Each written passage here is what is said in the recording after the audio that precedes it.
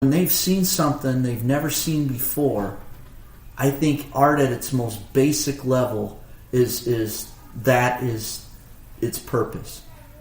And then you've changed the world for that many people because they have to acknowledge that is what is taking place. At that moment, they also looked at what you're looking at and seeing how beautiful it is. Yeah. Yes. They said, wait a minute, he's here for a reason, not for fish, not for food. Yeah. He's here to look at how beautiful this scenery is. And then immediately, not only did they turn that thing, but the 6 people they were with said, oh, wow, I see the blues. Yeah. I see the greens. Uh-huh. There's orange right here. Yeah. And you know, some people, God, I just love that interaction where one guy just says, that's the dumbest fucking thing I've ever seen in my life. And it was beautiful. Yeah. It was beautiful. I'm not here to change his mind. Yeah. I'm just here for him to acknowledge it just like he did. And then another gal, she's like, hey, what kind of fish are in this lake? And I'm like, I have no idea. And she's like, well, good luck with that. Never acknowledged that I was out there painting and not fishing. And I just let her go. You know, that was the exchange. And if I could do that the rest of my life, I mean, I think that is the most basic thing that an artist can do, and that is their purpose to do what they do. In their obligation. I feel like it's an obligation for people to, that's not even a joke.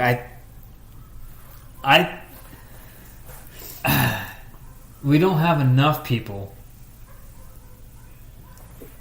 going after what they absolutely are passionate about. Sure, because there's so many suppressed compassions out there that I run into. I run into a lot of it in the business world where people really have something going on, but I can't because of yes, and then I can't because of yes, and then I can't. And it's like, just shut up and do it. You know, that's funny. You know, a lot, and I look at people that have kids. I don't have any kids. You know, I can devote myself to this, and you know, I'm okay with that. But people that have kids, I think I have to realize that is their passion. You know, you look at that little bundle of joy running around, and it's you, and you love it so much. And I think that people just absolutely pour themselves into it, like every parent should. I mean, that's what we're programmed to do. So, I mean, as far as the fly fishing goes, and you know, they'll work dead-end jobs. They'll work dead-end jobs for that passion. And then the other thing, too, is that people just don't realize their passion. I mean, as far as teaching goes, I mean, how many kids have the balls to sit up there and say, hey, this is me. This is my art. I made it. Represent. There's very few that have the confidence to do that. As far as college goes, you know, I'm really kind of upset that there's so much adversity to them saying, oh, you got to be successful. It's hard to be successful doing this. Frick, man, success measured by dollars, forget that. Yeah. Forget that. This has nothing to do with it, but even so, you know, even your professors would say how hard it is. And that was very frustrating, the culture that's built up around creating art and building people up. I mean, even as a teacher, you know, you never say, I did it when I was student teaching. I once told this mom, I said, your son is the worst artist I've ever seen in my life. Her jaw just dropped. And my teacher, you know, after that gal left, because my teacher that was over just shaking her head, and she's like, you never tell a parent that. And I was like, man, his art was horrible. And she's like, well, maybe it was, but that's not why we're here. That's not what this is about. And I was like, man, that guy could barely draw a line. But I mean, people. So you know, I've learned from that to say, you know, all art is beautiful. I mean, people are putting it out there. Can it be improved? Yes. Can we discuss it for improvement? Absolutely. But don't make it personal. Just break it down to its, line, shape, space, color, form, texture, and value, and then you can talk about any art and not offend anybody. Yeah, break it down to its basics. Yeah. And you can do, like, I want to learn about audio broadcasting. I don't need to go to school for that.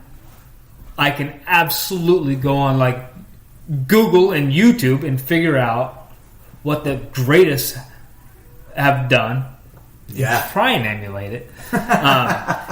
And give it my own spin.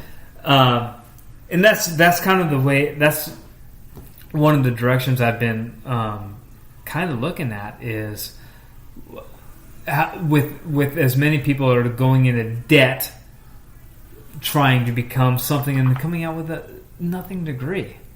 And now you're a Starbucks barista with $150,000 of debt to a college. Maybe it's not the right thing to do. Maybe you should find what you want to do and figure out how to do that. Yes. And find a mentor. And I always thought too, if you want a job and it's your passion and people are already there, go up to that person, look them in the eye, and say, I want to work here. This is my passion. You need to tell me what I need to do to get me to where I need to be, that you would want me to be working here. Yeah, I want to be you in 5 years. Yes, and what is it going to take for me to get there? Yeah. And I just think it's so simple. But yeah. I could be wrong. Stranger things have happened. Yeah, and then there were some other guys too. I've talked to artists, that I really respect, just in the way that they carry themselves and how they just are able to spit it out. Like they say about Montana. There's this one fella, Rod Zulo, and he was saying that as far as Bozeman goes, he says, I've seen a lot of galleries come and go. And the galleries that don't make it are the ones that want to change how people see art in Bozeman. He said, this isn't the place for that. He says, what sells here is Western art. Buffalo, Indians, cowboys, stuff like that. Yeah. And you go into all the galleries and say, God dang it, this is the same stuff. And, galleries aren't really there, I guess, to like shake up the art world, which I think they should be. I think that's their job. No, they're there to make a buck. And if you own a piece of realty and you have to pay that rent, yes, and it's not cheap. Yeah, and if they don't do this, they're not going to make it. Yeah, he said that. Then you put the buffalo head on the wall and you sell that fucking buffalo head. And he said it's by design. He said people don't move to Montana to. They've got that back in the metropolis, all the abstract art and stuff. Anyways, his advice for me, he says, for you to make it in Montana, this is what you do. He says, you got to be on the river. That's where you're going to meet your clientele. It's the guy that jumps off the plane.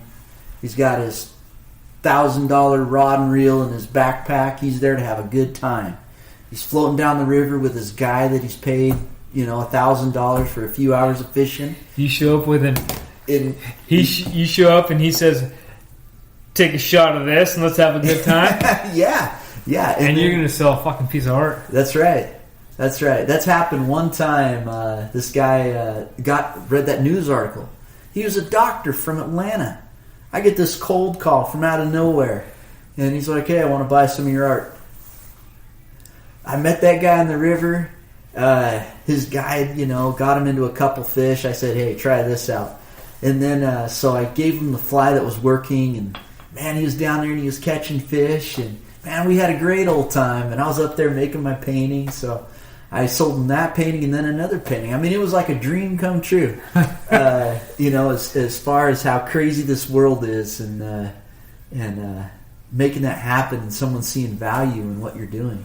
I mean, It just blows my mind. These hands can create something that people would want. I still, I guess, don't understand it.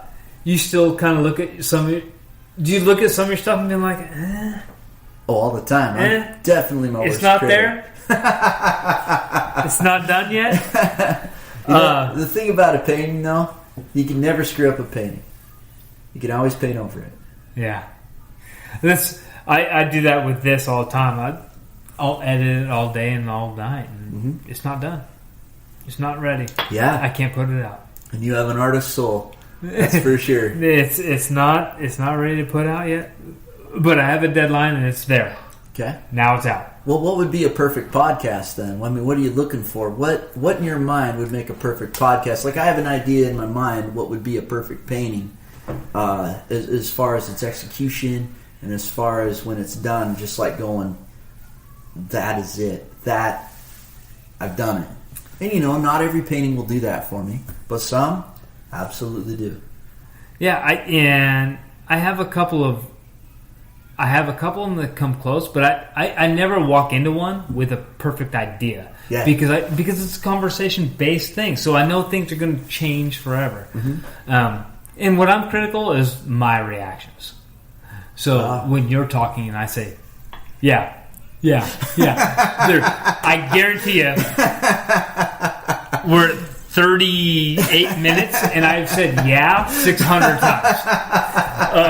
Like, that's something that I'm self-critical about, and I'm totally like, I sound like an asshole. And when I go through my editing thing, I'm like, I'm going to eliminate this one and this one and this one, but I'm going to leave 3 here, and I'm going to eliminate this one and this one and this one. No, it's like I'm super self-critical about stuff, but my perfect podcast is, like, we're having one right now. Oh. It's a fluid conversation. No hiccups. We're not like trying to talk. Yeah, we're just talking. And to me, that's my goal. I want to have just conversations. Yeah, just candid.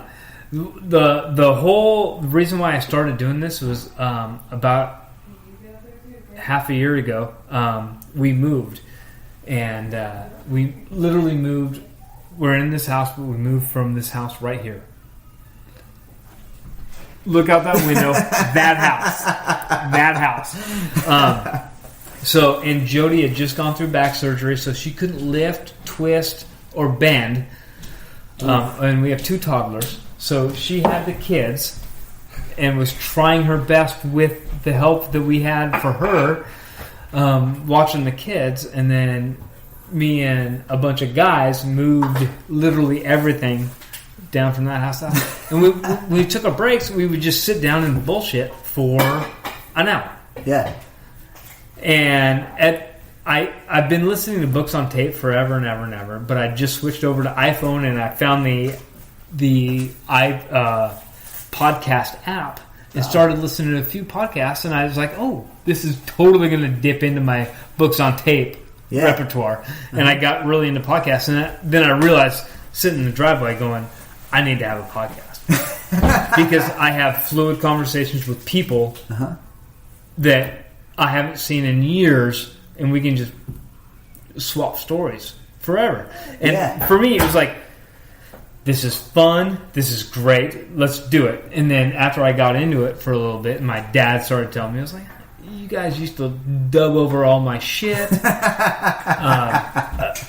friend of mine from elementary school that I haven't seen in 30 years, it was like, I still have tapes of us talking about baseball cards.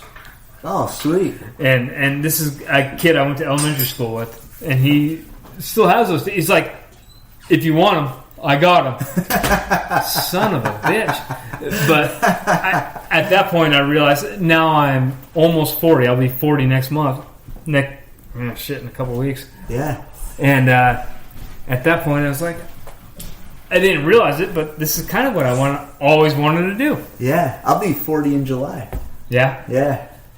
Class of 96 too then? 97. 97. I graduated. Yeah. Yeah, I possibly could have been, but yeah. I mean, that's awesome. I mean, there's an art form to a good story. There's some people you can listen to, and others it's like monotone, and they just don't get the subtle nuances, a little embellishment, here and there, and influence of voice and learning to tell a story. And, you got to go this low. Yeah. In order to get this high. Yeah.